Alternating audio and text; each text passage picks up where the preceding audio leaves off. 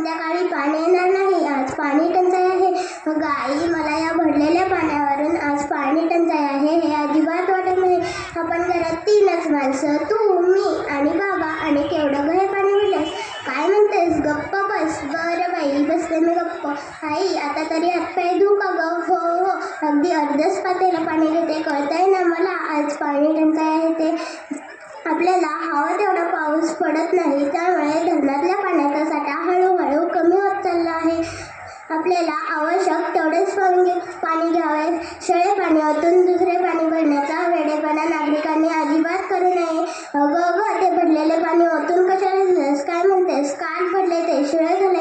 अगं आई, तूच तर मला काल पेपरमध्ये वाचून दाखवलंस ना, पाणी कधीही शिळे होत नाही म्हणून. काय म्हणतेस? मला शहाणपणा शिकवू नकोस. नाही गं आई, मी नुसतं सांगितलं. आई, बघ बघ, जोशी काकू येत आहेत बादली घेऊन. बहुतेक आपल्याकडेच पाणी मागायला येत असतील. काय म्हणतेस? कटवून लाव. अगं आई, 1 बादलीभर पाणी द्यायला काय हरकत आहे गं? काय म्हणतेस? धपाटे खावे लागतील. काय हो जोशी तुम्हाला 1 बादलीभर पाणी हवंय? छे हो, आमच्याकडे तरी कुठं आहे पाणी, थोडंसंच तर भरलंय, तेच कसं बसं पुरवायचं. काय म्हणताय? भरलेल्या बादल्यांच्या रांगा लागलेत. आता संध्याकाळी पाणी येणार नाही म्हटलं, एवढं पाणी भरून नको का ठेवायला? बरं, येते मी. आई, गेल्या ग जोशी काकू? हो हो, गेल्या. आई, मी आंघोळीला जाते ग. आंघोळ अगदी पावबादली पाण्यातच करते. पण आई, आंघोळीला गरम पाणी कशात घेऊ?